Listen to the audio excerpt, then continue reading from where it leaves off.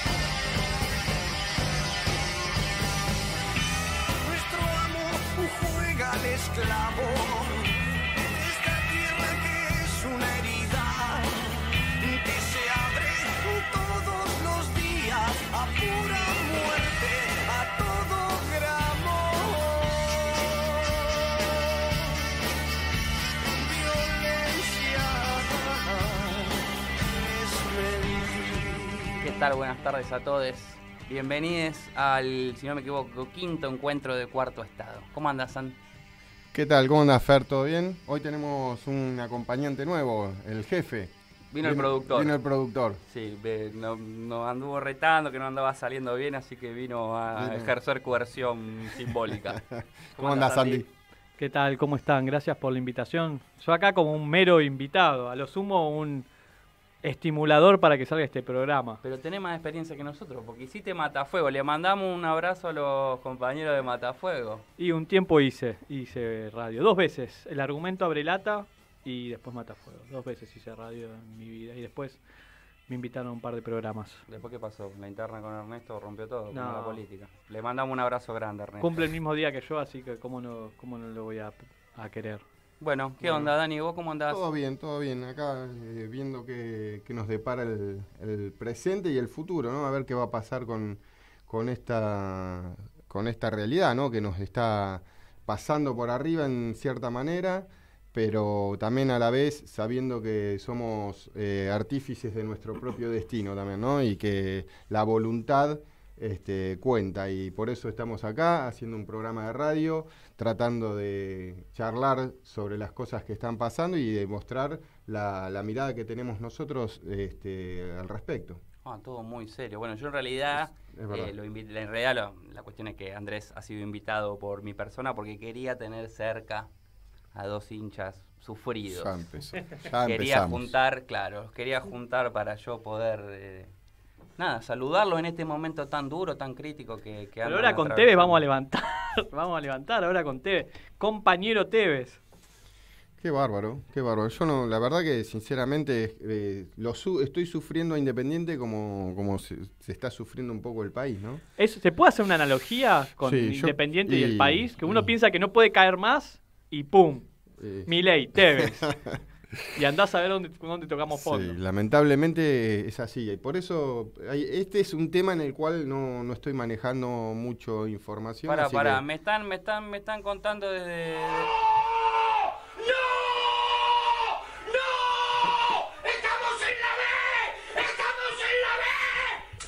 El cronista que tenemos ahí en la avenida Mitre, porque mandamos un cronista porque cómo estaba toda la situación. Claro. Más, en Crónica estaban diciendo marcha de los hinchas independientes contra Tevez. O sea, imagínate el delirio que es. Está mejor. El único técnico que antes de asumir ya recibió una marcha. No, lo único que tengo para decir al respecto es que lamentable la dirigencia sigue haciendo cagadas. lamentable, buscan un técnico sin experiencia, que solamente tiene, su trayectoria como futbolista, pero como técnico. Nosotros necesitamos un conductor y un técnico, sí, seguramente que sí. Pero bueno, la institución, lamentablemente, estamos en un riesgo muy grande de caer más abajo y lamentablemente no se están viendo ninguna medida respecto a la dirigencia ni de quienes están conduciendo el equipo, digamos el club.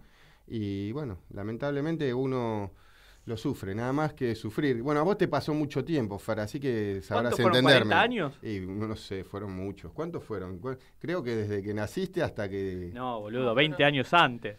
Desde que nació el viejo, más o menos. Pero Racing salió campeón hace poquito, papá. Sí, pero antes de eso, tu mala racha, quiero ojo. decir algo serio. Bueno, yo estoy participando en algunas instancias institucionales de mi club, de Racing, que por suerte estamos bastante mejor que ustedes. Felicitaciones. Y tiene mucha analogía con cómo funciona la sociedad, las internas de un colectivo, ¿no? Con la puja de intereses, está muy, entrás y lo ves, dónde va la plata, dónde no va, y lo que me parece a mí que le está pasando a ustedes, que lo más choto, por decir de alguna manera, que pasa un poco con la sociedad, que no tienen esperanza, digamos, como la gente independiente parece como que está muerta. Lamentablemente estamos peor que la sociedad, porque la sociedad todavía tenemos una luz de esperanza que me resigno a perder, y que es que el país se puede levantar, que hay todavía un proyecto posible. Y en Independiente, lamentablemente, no veo eso, no lo veo. ¿Puedo hacer una reivindicación en Independiente? Sí. Del compañero, no le fue muy bien, pero del compañero Cantero afiliado al socialismo. No coincido. Con razón están tan mal, boludo. No coincido. Podés reivindicar. No coincido. Cantero y otra gestión. Bueno, vamos a salir del fútbol porque por favor, no hay nada para hablar. No hay chance, acaban de reivindicar a Cantero. No coincido con vos, Andy, ahí.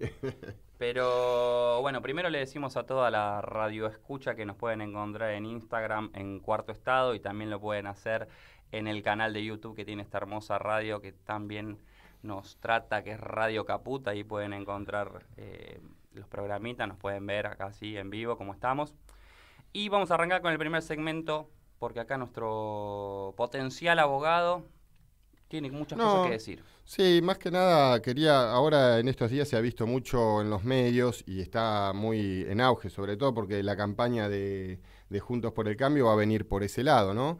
Que también del lado de Milei también lo tocan, no es la premisa, pero sí también lo tocan, que es el discurso punitivista y la cuestión del orden, ¿no? Del orden en la sociedad, cómo se impone el orden, ¿no? Se impone, ¿no? Esa es la palabra. Y al respecto, voy a decir unas palabras que tienen que ver con el discurso, ¿no? El discurso punitivista y la problemática de la seguridad y de cómo se enfoca eso. Entonces, pero es algo más bien escrito, pensado.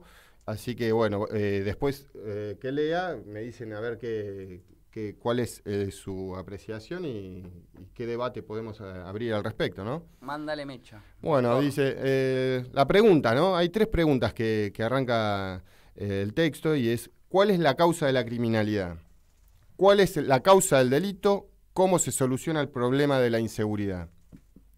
Entonces, los estudios sociológicos demuestran que las causas son producto básicamente de la desigualdad extrema, la exclusión social, de la marginalidad prolongada en grandes sectores de la población, sectores que se ven sometidos a desigualdades que son estructurales, que van desde el acceso a los bienes básicos para la supervivencia.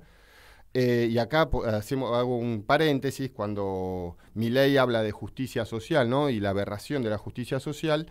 Y esto tiene que ver con eso, cuando sectores de la población no acceden a esos derechos que son los derechos esenciales, ¿no? No hablamos de que todos los deseos de las personas deben ser derechos, pero sí los que garantizan la vida y la posibilidad de desarrollarse, ¿no? Como un ser humano autónomo en una sociedad.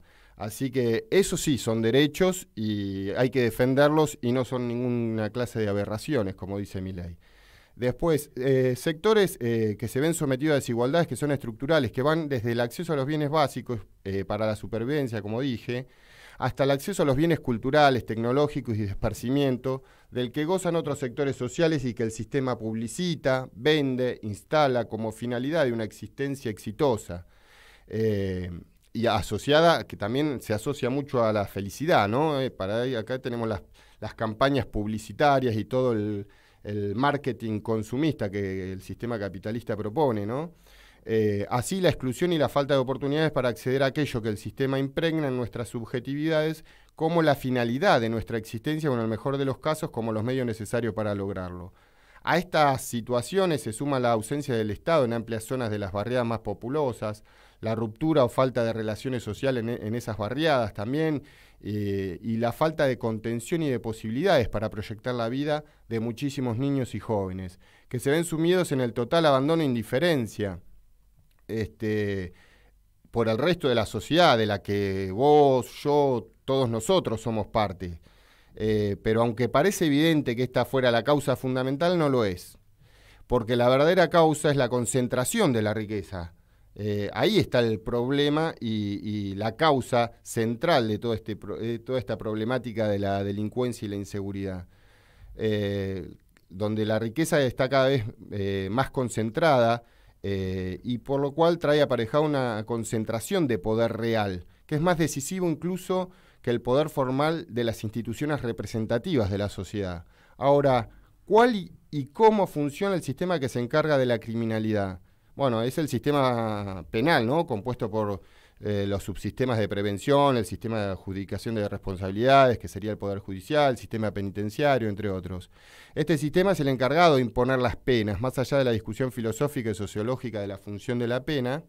Es importante tener en cuenta que la criminalización comienza con la sanción de leyes, que determinan qué actos y en qué circunstancias serán penados la coacción estatal y quiénes, de quienes realicen esas conductas prohibidas. Es la llamada criminalización primaria realizada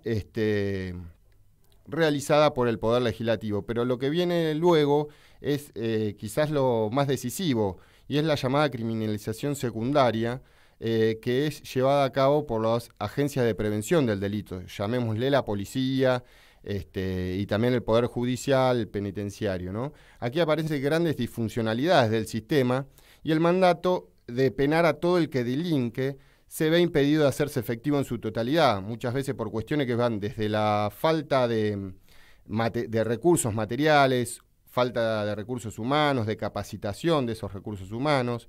Así el sistema realiza una selección que termina siendo de los delincuentes más ineptos para el crimen.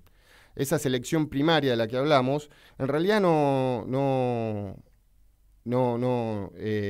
detiene a los más... a todos los delincuentes, por decir así, sino que detiene solamente a los más fáciles de apresar. Y entonces la mayoría de los crímenes contra la propiedad, la mayoría de los crímenes contra la propiedad, por el comercio de sustancias prohibidas, son los delitos que más se ven y que más criminalización efectiva realiza. Allí las policías realizan su selección criminalizante y así comienza el proceso de construcción del estereotipo del delincuente, ¿no? Esos delincuentes que son poco aptos para un delito más sofisticado terminan siendo y construyendo un estereotipo del delincuente. Y entonces ahí aparece también el papel de los medios de comunicación y aparece la estigmatización de cierta clase etaria y sobre todo jóvenes con determinadas características que son estereotipados como delincuentes, ¿no? Y cualquiera que lleve esas características de estereotipo puede caer, digamos, preso de esta criminalización primaria. Es lo que le pasó, por ejemplo, a Lucas, ¿no? En el caso de Gatillo Fácil de la policía de la ciudad, ¿no? Eso es básicamente lo que hace la criminalización secundaria, y cuando tanto las agencias de seguridad como el estereotipo coinciden y hacen efectivo, digamos, un mal funcionamiento del sistema. Por último, la sociología también,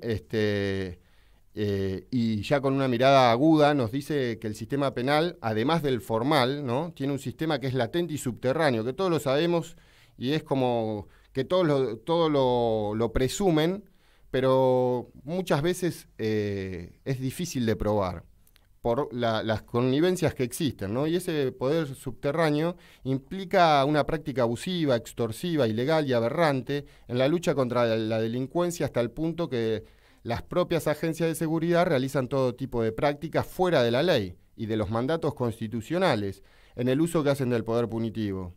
Así, la política de mano dura, impulsada por los medios y por políticos demagogos, solo habilita más poder penal subterráneo en realidad. Y esto agrava más el problema, porque las agencias de seguridad terminan teniendo más poder y realizando más acciones por fuera de la ley, utilizando ese poder subterráneo, ¿no?, que tiene el Estado. El Estado, obviamente, en esa faceta que es muchas veces negada o escondida. Y creo que parte de la solución del problema tendría que partir desde ahí, desde el lugar de, primero, reconocer realmente lo que existe, el poder, digamos, penal latente, ¿no?, el real, el que existe, y no solamente el formal. Creo que a partir de eso está básicamente una de las problemáticas por las cuales es difícil abordar este tema, y sobre todo la confusión que hacen, ¿no?, los grandes medios de comunicación junto a políticos como Patricia Bullrich o Milei también en ese sentido. Entonces, para ir finalizando, además, como si esto fuera poco, el poder punitivo en su monstruosa capacidad de control y vigilancia, que por supuesto no se utiliza para erradicar la criminalidad, sino para seguir manteniendo el statu quo, erradicar las disidencias peligrosas al sistema y que el poder siga en las mismas manos. De eso se trata. Como resultado indirecto también se habilita ese poder subterráneo que todos sabemos que existe y que comete los abusos más horrendos contra quienes no tienen el poder para defenderse. Así que, por último, existe un dispositivo de chivo expiatorio que tranquiliza conciencias, ¿no? Y eso es importante. Este artículo va con eso, ¿no?, que para tomar conciencia de que es un chivo expiatorio esto de la mano dura, del poder punitivista descontrolado, porque en realidad no es la solución, ya que solamente lo único que logra es que el poder punitivo que está subterráneo, el poder de las agencias de seguridad, se descontrole aún más y terminen generando mayores problemas, valga la redundancia, la problemática de seguridad. Y que va a deteriorar, esto deteriora, por supuesto, el Estado de Derecho y restaura el Estado de policía propio de los sistemas más autoritarios. Y por eso tenemos que verlo con mucha preocupación, ¿no? Cuando se habilita poder punitivo, se da acceso al Estado de policía, se pierde Estado de Derecho y las leyes las leyes, sobre todo constitucionales, que son la base de nuestra convivencia democrática, terminan siendo avasalladas por el poder político del que manda, ¿no? Pero ¿me puedo poner en abogado del diablo? Sí, por favor. Yo, vecino de algún barrio con altas tasas de inseguridad, por lo menos así yo lo siento. Decime cómo, todo bien con la desigualdad, todo bien, pero viste, yo no puedo sacar el auto a la noche porque me chorea. Sí, sí. Bueno, eso de hecho pasa. Todo bien con mi derecho, te cambio derecho por seguridad. No, ahora te responde este garantista, dale. Sí, no, yo de hecho salgo a la calle y cuando guardo mi vehículo salgo y antes de abrir el garage miro. Digamos, uno vive preocupado por la temática de la inseguridad. No es una sensación. No es una sensación. Sin duda que está amplificado por los grandes medios de comunicación. A todos o a mucha gente quizás le haya pasado, digamos, de tener una situación de inseguridad. A mí personalmente no me pasó, por suerte, pero sé que estoy propenso a eso, sobre todo porque esto también tiene que ver con una cuestión de dónde vive uno. Cuando uno está más en las periferias, obviamente que vas a tener más posibilidades de sufrir la inseguridad. 10 millones de personas viven en la periferia. No, pero hay barrios seguros. Por lo general es difícil que a la gente que vive en barrios privados le pase, digamos. Eso también tiene que ver con el sistema social que se está... No sabía que era un programa para gente de barrios privados. Que se está armando. Claro, no, digo que el sistema de los barrios privados, ¿qué hacen? Hacen que la gente que con mayor acceso y posibilidades tenga acceso a otra seguridad que no tenemos la gente, el laburante común. Vamos al barrio y la policía cuando tiene nafta al patrullero, patrulla, si no, no. Y ahí también después tenés la problemática con los recursos humanos de la policía también. Entonces, la cuestión, la persona que me escucha, digamos, esto es para abrir conciencia o para plantear una mirada diferente de la mano dura. Lo que significa mano dura en realidad es apertura a las agencias de seguridad a que empiecen a realizar poder punitivo o a accionar. Pero me estás convenciendo de que vote mano dura con eso. No, todo lo contrario. Justamente lo que te estoy diciendo... El operador dice que sí. ¿Sí? No, bueno, lo que es un zafaronista subversivo. Bueno, son 2 contra 1. Más allá de eso, no. El tema fundamental acá, vos tenés poder punitivo que habilita a que las agencias de seguridad actúen. Y si actúan por fuera de la ley, porque no van a ir solamente contra el derecho del delincuente. Cuando las agencias de seguridad tienen poder punitivo habilitado, sin las restricciones que tiene el Estado de Derecho constitucional, ¿qué pasa? Eso que le pueden hacer a un delincuente, también te lo pueden hacer a vos, porque justamente ahí está la problemática. Y vuelvo a retomar este punto que quizá no quedó claro, del Estado subterráneo, el Estado, digamos, el poder penal subterráneo. ¿Pero por qué me van a hacer algo a mí que yo no hice nada? Te van a hacer algo en la medida que vos, un ejemplo, vos salís a protestar, una protesta, ¿no haces nada? Pero yo, ¿por qué voy a protestar? Yo lo único que quiero es que me... Y vos no protestás, pero ahora no protestás porque quizás no te tocaron un interés propio, pero cuando te toquen un interés propio que realmente vaya a la médula de tus intereses, seguramente vas a protestar. Y ahí está la cuestión, cuando el poder punitivo está habilitado, alguien que sale a protestar, directamente las agencias de seguridad están habilitadas para ejercer en demasía el poder de represión. Y eso es un problema para la seguridad también. Y por eso digo, es importante ver esta faceta que tiene el discurso mano dura y demagógico que habilita y abre las puertas del poder punitivo sin tener en cuenta que hay un poder penal subterráneo que todos sabemos que existe, que están, las agencias de seguridad, la policía, todos sabemos que también hay policías que se dedican a la problemática, o son parte del problema del comercio de estupefacientes, por ejemplo, del juego, prostitución, ¿no? Eso, se ha comprobado que hay redes, ¿no?, de criminales respecto en el interior de las propias fuerzas policiales. Y a eso se le llama poder penal subterráneo. Cuando vos habilitás el poder punitivo, habilitás también esa parte. Porque eso no está, plasmado y formalmente. Y entonces, vos le habilitás poder a esas agencias. Le habilitás. No, primero la solución es política. Y cuando es política, lo primero que hay que hacer es alertarse cuando vienen con la demagogia, a querer plantearte demagógicamente una solución. Cuando vienen con una solución demagógica, seguramente por ahí no va a estar la solución. Bueno, la solución es la que venimos pregonando desde el inicio de este programa, y que es la justicia social, básicamente, que es lo que Milei defenestra y a lo que se opone, ¿no? Pero que también está en la Constitución Nacional. Por lo cual, vos querés una sociedad justa, o segura, mejor dicho, tiene que ser una sociedad justa, no hay otra. ¿Y cómo lográs una sociedad justa? Y básicamente lo primero que tenés que hacer es una distribución de los recursos. Cuando hay cada vez mayor concentración de recursos en pocas manos, lamentablemente el problema se va a ir agravando, bien, como pasa en todas las sociedades de Latinoamérica cada vez más, y nosotros cada día nos estamos pareciendo más a Brasil o a las sociedades más latinoamericanas que tienen esa problemática. Argentina, no sé si por una cuestión de que existió el peronismo, puede ser que sí, no tuvo ese problema.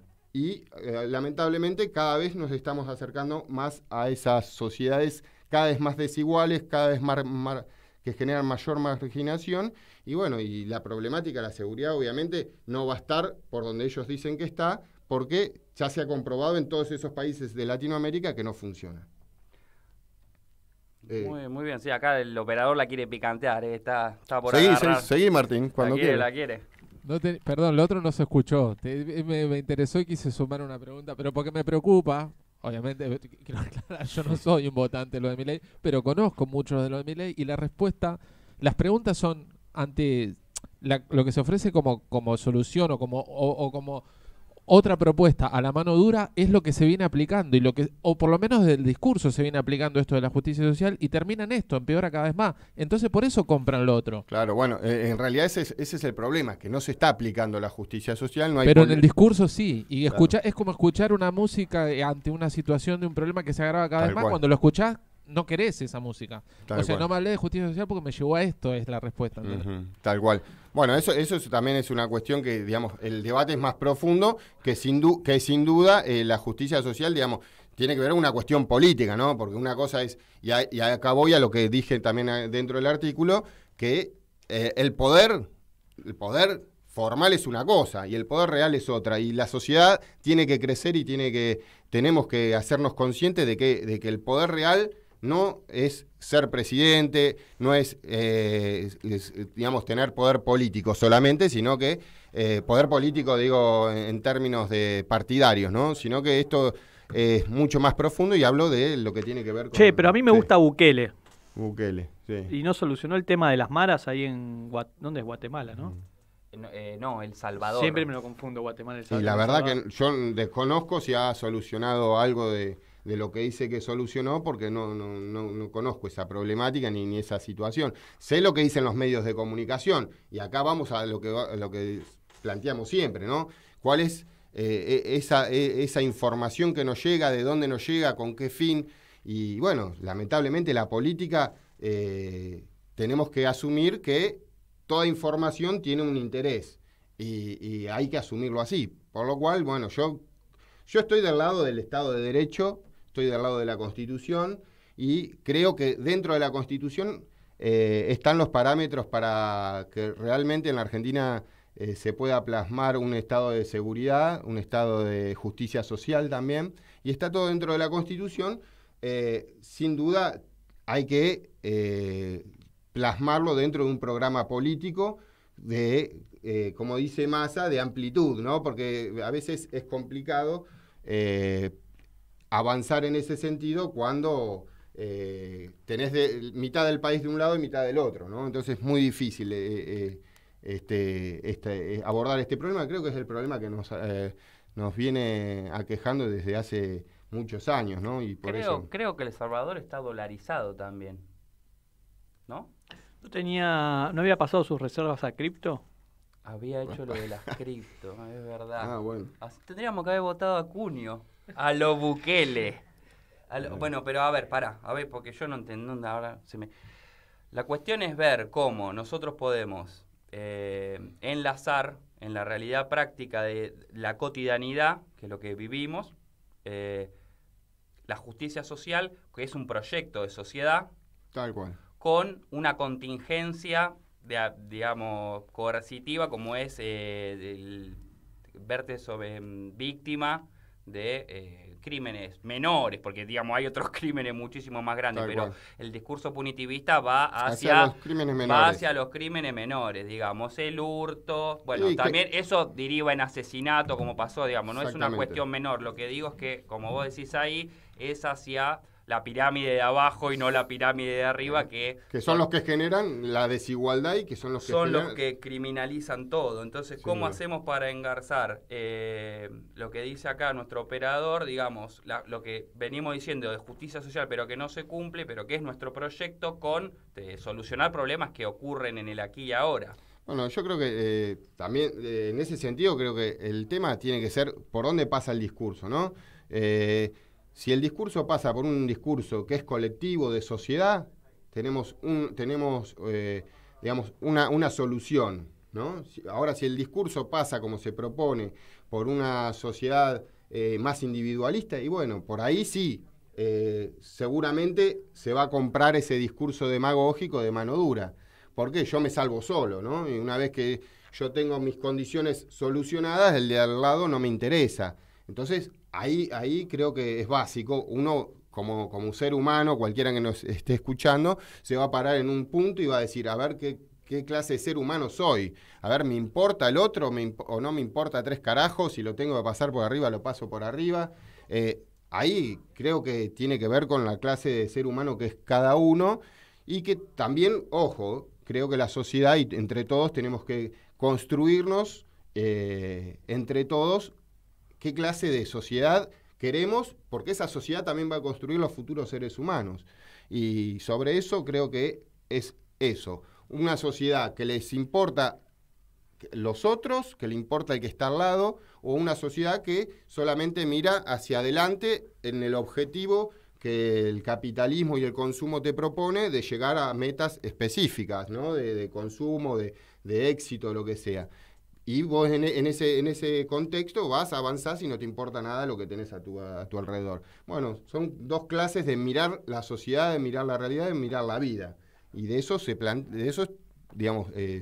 Por eso digo, igual la Constitución Nacional está claro, tiene una mirada, tiene una visión de cómo son las cosas. El discurso punitivista y de mano dura no está dentro de la Constitución, porque cuanto más avanza el poder punitivo, retrocede el Estado de Derecho, y cuando más avanza el Estado constitucional de Derecho, más retrocede el poder punitivo, porque evidentemente los mecanismos para solucionar los conflictos deben estar de una manera armónica en sociedad, y no de una manera represiva que solamente contiene el delito. Lo reprime, pero no lo soluciona, no soluciona las causas. No, yo solo quería agregar un condimento. Entiendo que van a ir cerrando el bloque, pero Juan L. González, un periodista que sacó la biografía de Milei, está trabajando el tema y cuenta que se pudrió todo entre el ámbito militar y Victoria Villarroel. Y puedo leer esto, dice... Es muy interesante. Salieron a contar que ella era el contacto de muchos con el mismísimo Videla. Y el esposo... perdón, me causa risa, es un poco triste. Y el esposo de Cecilia Pando dice: cuando conocí a Victoria fue la primera vez en mi vida que me senté a la izquierda de alguien. Epa. Bueno, con esta esperanza vamos a ir a la tandita.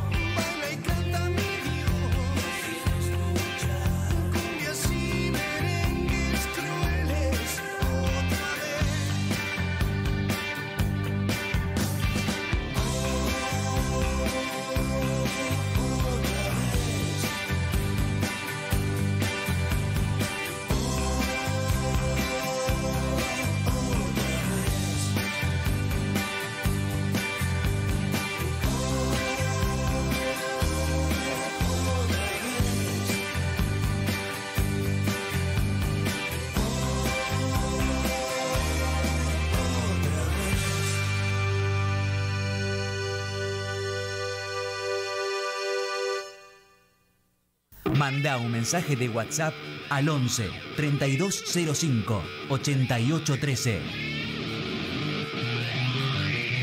Infosiberia.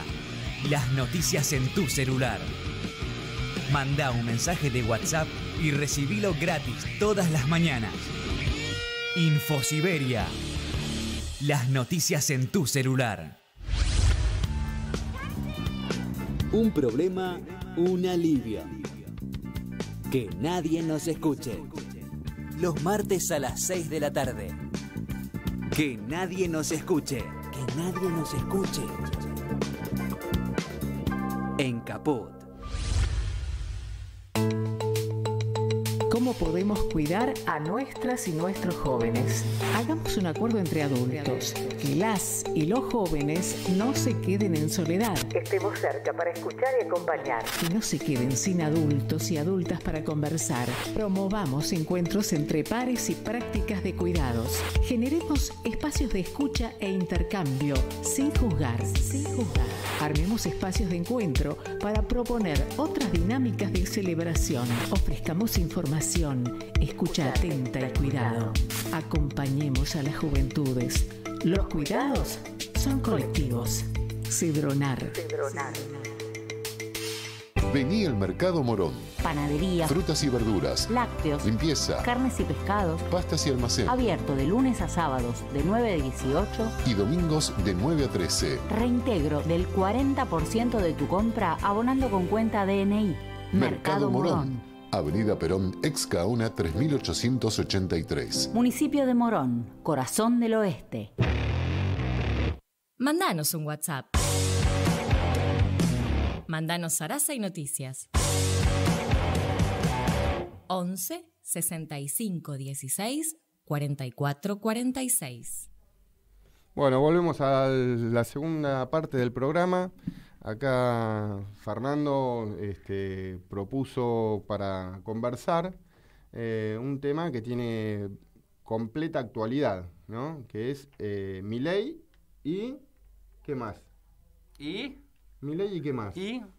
Milei y su hegemonía mediática también podría ser, ¿no? Y el contexto. Y el contexto, su hegemonía. ¿Cómo está? Nos están bombardeando por todos lados, ¿no? Basta de achacarle toda la responsabilidad de los medios. Yo lo que pensaba, vamos a aprovechar a nuestro doctorante en Derecho Natural, acá, es el señor, y otras tantas cosas más, maestrías que, bueno, no podemos enumerar porque nos queda corto el programa. Pero lo que pensaba es lo siguiente, que los cambios en el mundo del trabajo, en la relación capital-trabajo, ¿tiene implicancias con el voto de Milei? La idea del... Bueno, que lo que fue bastante instalado durante el macrismo del emprendedurismo, la idea de cómo esa idea del monotributismo social, y a su vez asociado a, que esto que vos tenés que saber bastante, economía de plataforma. Esta idea de ya no somos trabajadores, pero no estrictamente formamos parte de un colectivo organizado, como puede ser el sindicato, o estar directamente en negro y no tener convenio de trabajo, no tener... representación sindical, obvio, pero tampoco obra social. Todo eso, ¿qué genera en el mundo simbólico nuevo de los trabajadores? Bueno, voy a dar mi opinión. Para mí pensar las causas de Milei, un poco primero, siendo sinceros, voy a citar a un buen filósofo que ahora está medio de moda el concepto. Vieron que todo el mundo habla del cisne negro. En sí está mal aplicado el cisne negro al fenómeno de Milei. Sería Violeta. Porque hay un bestseller que es de Nassim Taleb, que es un filósofo empirista que hace temas de estadística, que dice, bueno, un cisne negro es básicamente cuando un fenómeno totalmente inesperado cambia estructuralmente una sociedad. Entonces, no es más o menos se sabía que podía... Uno de los escenarios, el menos probable quizás, era que haya una situación de 3/3. O sea que no podemos decir que era un cisne negro. Sí, fue algo de lo menos esperado. Bueno, pero Nassim Taleb también dice en ese libro, que está muy bueno, El cisne negro justamente, que lo recomiendo, dice que tenemos menos capacidad de predecir que darle sentido a los hechos pasados. Entonces yo lo que puedo hacer es intentar de darle sentido a los hechos pasados más que predecir. Mi predicción no era que Milei ganaba, sí que los números del Unión por la Patria, eso lo pegué bastante. Yo pensé que el voto se iba a ir predominantemente a Larreta y después a Burri. Así que bueno, humildemente... No te queda otra que analizar las tendencias del pasado. Claro, tratar de darle sentido. Y ahí, para darle sentido, uno puede pensar en causas en distintos tiempos. De corto plazo, de mediano plazo, de largo plazo. Hay cosas más evidentes y cosas menos evidentes. De las cosas más evidentes, de las cosas de más largo plazo, si miramos en 50 años... Bueno, evidentemente hay un escenario por lo menos discursivo programático cada vez más a la derecha, producto del neoliberalismo y demás, pero bueno, no del neoliberalismo, de la caída del muro de Berlín, pero no podemos irnos tan lejos, pero sí podemos irnos de acá a 10 años y decir que hace un poco más de 10 años hay un estancamiento económico en el país. Que si mira el crecimiento económico de los últimos tiempitos, casi que el PPI per cápita está descendiendo. Creo que Brasil es el país de peor rendimiento del continente y seguido por Argentina. Y hablando del tema de los salarios, Pagni siempre tiene su ley de hierro. Pagni tiene una ley de hierro, ahora en analista tan de moda. Para él, las elecciones se explican por el ingreso de las personas. Y ahí estamos también en descenso hace 5 años. Si a eso le sumamos, por ejemplo, fenómenos, hablando del tema de plataforma y cómo está la estructura laboral, si a eso le sumamos que, por ejemplo, cuando se iba a dar la IFE, se estimaban 2 millones de personas y terminaron siendo 8, bueno, otro número, otro submundo no del todo explorado políticamente o con eficiencia por lo menos. Quizás sí explorado, pero no con eficiencia. Eso para pensar... Y además es verdad que cuando la inflación es baja, es verdad que mejor tener una inflación baja que un estancamiento económico, pero ya cuando tenés una inflación alta, muy alta como la que tenemos ahora, sí es verdad que le come al bolsillo de los trabajadores. Bueno, Pagni mostraba un gráfico de estos que tanto le gusta mostrar, que mostraba, digamos, la curva de la devaluación, o sea, del dólar, y lo comparaba con la curva del crecimiento por encuestas que tenía Milei. Con encuestas que eran bajas y a medida que se evaluaba, Milei crecía. Y bueno, por supuesto uno, como dije recién, siempre puede encontrarle sentido a los hechos pasados. Siempre puedo encontrar variables parecidas. No creo que Pagni esté pensando monocausalmente con la situación del dólar. Digamos, quizá lo que expresa esa devaluación del dólar, se concentran en esa devaluación del dólar, del peso en relación al dólar, un montón de otros factores que también al mismo tiempo repercuten en ese crecimiento de Milei. Podemos decir, bueno, a ver, ¿qué podemos...? Cuando apareció Milei 2017-2018, a mí me sorprendió que esté todo el tiempo en la tele. Cuando apareció, la verdad, no medía nada y todo el mundo me decía, no, pero es un loquito. Pero bueno, ya estaba empezando a correr el escenario del discurso. El escenario de la derecha. Y después tuvo un crecimiento explosivo. Ayer, por ejemplo, me decían, ¿sabes cuántos seguidores tienen en TikTok Milei? 2,5 millones. Es una de las personas que más seguidores tiene en las redes. Esto lo contaba hoy también el rubiecito el que le hace toda la parte comunicacional a Milei. Por otro lado,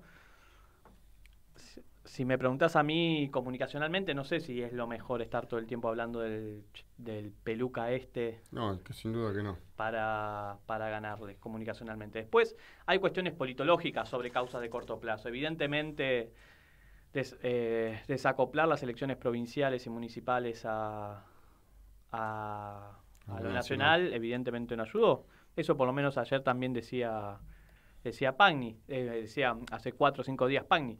Pero al mismo tiempo pasó el mismo fenómeno que pasó en las provincias, también pasó con Axel, lo cual es un fenómeno bastante sorprendente. Y lo más sorprendente es la brecha que hay entre intendencias o municipios como San Vicente con lo que pasó con lo que pasó a nivel nacional, donde hay una brecha del 30%. O sea que la gente corta boleta. Bueno, yo creo que bueno, corta boleta la gente, y creo que también ahí está el juego que hace cada intendente, cada gobernador en su estrategia muchas veces personal de poder, ¿no? Lamentablemente eso juega, influye, y podemos decir que creo que es un factor, digamos, muy importante a la hora de analizar los resultados.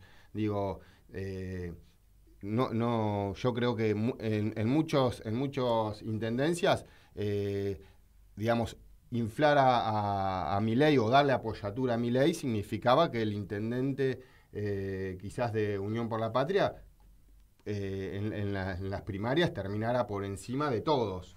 Y eso, digamos, se hizo en muchos lugares, como una cuestión táctica, ¿no? Yo me pregunto siempre, el valor del aparato, el famoso aparato de los intendentes. ¿Viste? Tanto el aparato de los intendentes del territorio como el aparato, a su manera, de los medios de comunicación. Bueno, ¿viste? Al final no termina siendo... Si los medios de comunicación fueran tal aparato, de forma tan determinante, y hoy entre Milei y Macri sacarían el 90%, porque el 95% de los medios de comunicación son opositores. Pero no. Y si fuera por el aparato de los intendentes... Nada es absoluto, es una relación de poder, digamos, y en la medida que uno crece, el otro decrece, digamos, no necesariamente, digo, digamos, los medios de comunicación tienen una influencia cada vez mayor, y yo agarras el teléfono, y es algo que le decía hoy a Fer, agarro el teléfono, me bajé TikTok, que no lo tenía, ayer lo bajé, me pongo a mirar, cada 3 videitos me aparecen cosas de Milei, o sea, y no me diga, entonces... yo estoy atento a lo que aparece. Y sé que tiene una intencionalidad política, sé que hay mucha gente que se pone a boludear en eso. Y entonces vos decís, gente que le está entrando información. Pero en otros países no pasa eso, Dani. Sin el filtro.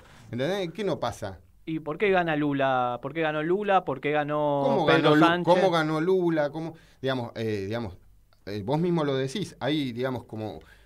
un corrimiento, ¿no?, hacia la derecha después de toda la cuestión histórica que vos mismo planteaste, y digamos, los medios de comunicación influyen en ese escenario y en esa realidad que todos vemos. Pero vos tenés no son absolutos, no son absolutos, está claro, pero son demasiado influyentes. Y lo vuelvo a repetir porque la mayoría, digamos, vas en el colectivo, están todos con el teléfono, nadie está mirando para afuera, por eso también le roban los teléfonos muchas veces, pobre gente, están distraídos y le manotean el teléfono porque están más atentos al teléfono que a lo que está pasando a su alrededor. Para mí eso tiene varios problemas, porque primero,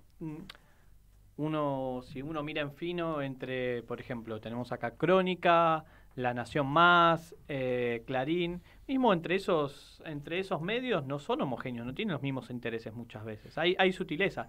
Segundo, las sutilezas que solamente ve el que hace análisis político. No, pero lo que voy, Dani, es que el mensaje nunca llega de forma homogénea. Segundo, las personas entendemos que no las vamos a tratar de lo que como se denomina en ciencias sociales, de dopados culturales. Digo, son bastante inteligentes para procesar y hacer su propia apropiación de esa información. Sin duda. Y tercero, bueno, ahí se nota que evidentemente hay contratendencias, porque si no, digo, ¿cómo en una situación, en un contexto de medios tan fuertes como el actual, gana Boric en Chile y ganan tantos gobiernos, en Lula, Brasil, que recién lo nombré, Pedro Sánchez, ahí? Evidentemente hay autonomía, los medios podrán influir, pero no tanto. Pero está claro que la realidad se impone. Siempre, tarde o temprano, la realidad de la persona se impone.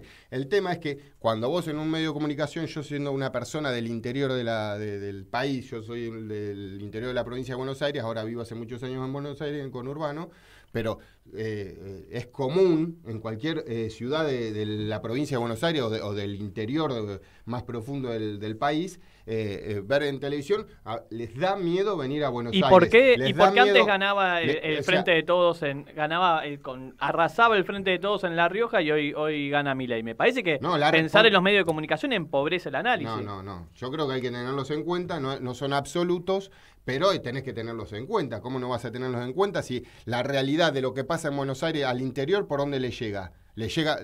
Uno solo vive su realidad más inmediata, que es, depende la persona, la capacidad de acción social que tenga. Digo, yo por ejemplo voy a trabajar, estudio y voy a trabajar y me junto con amigos o hago este programa de radio. No hago otra cosa, no tengo acceso a muchos ámbitos sociales y esa información de todo lo que pasa en ese otro mundo me llega por los medios de comunicación. Entonces, estás no muy es obsesionado menor, con los no medios es de menor, comunicación. No es menor, no, para mí me no parece es menor. porque entonces... No es que estoy obsesionado. Sí, bueno, pero entonces, ¿por qué ganó Milei y el Frente de Todos sacó menos del 30%? ¿Cómo? ¿Por los medios de comunicación? Sí, claramente. No, por eso no. Muy de modesto. No, por eso no. No, por eso no. Porque hay una realidad compleja y política y social muy desfavorable. Eso está claro. Ahora, ¿por qué ganó Milei? Digamos, hay también una tendencia a que las soluciones sean facilistas. Hay una tendencia a buscar lo que hablábamos en el bloque anterior. Digo, para mí es tratar de tontos a los votantes. ¿Pero por qué decís eso? ¿Por qué? Porque vos dijiste que buscar la tendencia a buscar una solución facilita. Yo estoy hablando de los medios de comunicación. Y un tonto no. A ver, un tonto depende de la información que uno tenga. Si a mí, yo cuando nazco, me dicen que, no sé, que esto es un teléfono, que el otro, y viene una persona que le enseñan cómo son las cosas y le dice, yo te digo, esto es un teléfono, y me va a decir, sos un tonto, ¿cómo ves un teléfono? Si son anteojos. ¿Entendés? O sea, la información es lo que hace a las personas inteligentes o no. La inteligencia no es una cuestión innata de las, digamos, no es una cuestión innata, es la información lo que te hace o te hace más o menos inteligente. Pero la información no es solo lo que proviene de la usina de los medios de eso comunicación, está claro, boludo. La claro. gente se vincula socialmente, va al colegio, va al supermercado, transita a la calle, va al club, digamos, y ahí entonces, y vos ahí también recibe información. Y la capacidad que tiene una persona, de procesar información que no conoce. Por ejemplo, a mí me hablan como estábamos hablando, de seguridad, hablamos de política, y la persona que no se dedica a eso no tiene ni idea y no tiene por qué saberlo tampoco en grandes rasgos. Entonces, ¿qué hace? Se nutre de gente que cree creíble, o digamos, valga la redundancia, que siente creíble y la toma como propia esa información. Puede ser o no ser real esa información. Cuanto más gente tenés diciéndote una clase de información, más vas a creer que eso es verdad. Y digo, eso es importante. Eso es importante. Los medios de comunicación juegan un rol fundamental y porque son la difusión. La difusión pasa por los medios de comunicación. Se plasman discursos hegemónicos a través básicamente... Pero nadie está discutiendo el rol de los medios de comunicación. Bueno, pero Andy plantea que el Pará, tema... porque te va a salir a matar el operador. ¿Se escucha? Sí. No, pero quería decir, me preguntaba, sí, sin duda los medios de comunicación, pero capaz que hay que ver si los tradicionales son los nuevos, porque, digo, la Reta debe haber sido el candidato que más guita puso en los medios tradicionales y sacó 10%. O sea, evidentemente los medios tradicionales ya no tienen... La televisión. La televisión y la radio. Tienen evidentemente cada vez menos fuerza, menos influencia, porque cada vez menos gente los mira. Y el tipo que más puso... Si el tipo que más puso guita en los medios de comunicación, el candidato más blindado, sacó un 10%... ¿Y quién puso más en las redes? Bueno, por eso, pero ya hablo... La Reta. En las redes en general no sé. Sí, boludo, no sé. ¿Están los datos? Bueno, sacó un 10, o sea, es el voto más caro, como dijo Bravo. Milei toda la guita que puso, y hay que ver, porque también hay mucha guita que se pone, porque una cosa es lo que dice la Reta que pone, y otra cosa, digamos, porque fehacientemente tienen que poner los números, porque, digamos, está todo... Al final la culpa auditado. De los medios, boludo, No, tampoco simplifique la cosa, porque pensás simplificar, porque yo digo que los medios son fundamentales, y sí, son fundamentales en la hora de la difusión. Entonces, es necesario alertar sobre estas cuestiones que ya las alertamos hace mucho tiempo, pero no hay que seguir poniendo... Necesitamos una ley de medio.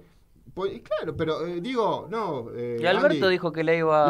La realidad es una cosa, y estamos todos de acuerdo pero el tema es cómo se cuenta lo que está pasando. Y ese es el problema, que nosotros no podemos contar lo que está pasando, y si contamos nuestra capacidad de transmitir esa información es muy poca. Si vos te pones a fijar en todos los medios hegemónicos, y te hablo de los tradicionales, como dice él, y en los no tradicionales también, porque en las redes también pasa que la mayor parte de la información es de derecha y pasa todo el discurso de derecha. Es así, vos en TikTok te lo vuelvo a repetir. Yo no veo. Entonces no podemos hacer nada, sino. No, yo creo que digo, hay que fijarse también dónde está el coso y digamos, y contrarrestar. ¿Y cómo contrarrestás los medios? Y con un discurso por abajo, obviamente. Y para eso, obviamente, que es necesaria una militancia muy fuerte, una militancia cada día más homogénea, más sólida. Es fundamental, porque si vos querés contrarrestar algo que viene de arriba, tenés que ir por... Ahora, la realidad se nos impone. Vuelvo a reiterar que la realidad pero ya te vuelvo a repetir. Una cosa es lo que me pasa a mí, ¿no? Y que nos está pasando a todos, la guita no te alcanza, la inseguridad, todas esas cuestiones. Ahora, el tema es cómo se explica eso y quién te explica por qué pasa eso. Acá el problema, todos sabemos qué es lo que pasa. El tema es quién te explica por qué pasan las cosas. Y ahí está la cuestión. ¿Y qué nos llega a nosotros? La gran mayoría de las cosas que nos llega es los grandes medios de comunicación son utilizados por un discurso hegemónico de derecha y del poder real, que quieren estigmatizar a un sector político, quieren estigmatizar a la política en general para ir en contra de los intereses de los laburantes o de la capacidad de articulación de desarrollar una sociedad. Digo. Bueno. Sí. No tengo más nada que decir, no, en realidad habría mucho que decir, bueno, pero entonces, papá, mira cómo me está apurando. Entonces, pero ¿por qué el primero que tiene que bajar, no sé si el primero, pero el que tiene que estar tete a tete con lo de abajo, también son los de arriba, son nuestros dirigentes, nuestro gobierno, está claro, peronista, está claro, y que no está bajando ninguna línea. Son los primeros que tienen que bajar a construir un discurso o ayudar a construir un discurso a partir de los lugares de responsabilidad que ocupan. Está claro eso. Bueno, listo. Nos vamos a ir, vamos a terminar esto en un bar, de otra manera. Les agradecemos a todos por escucharnos, acá a Martín, el operador, a toda la gente de Radio Caput, a Andrés, nuestro productor, que nos dio una manito. Así que bueno, nos ubican en Instagram, Cuarto Estado, y en YouTube, en el canal de Radio Caput. Muchas gracias por escucharnos. Muchas gracias, saludos a todos. Un placer, Andy.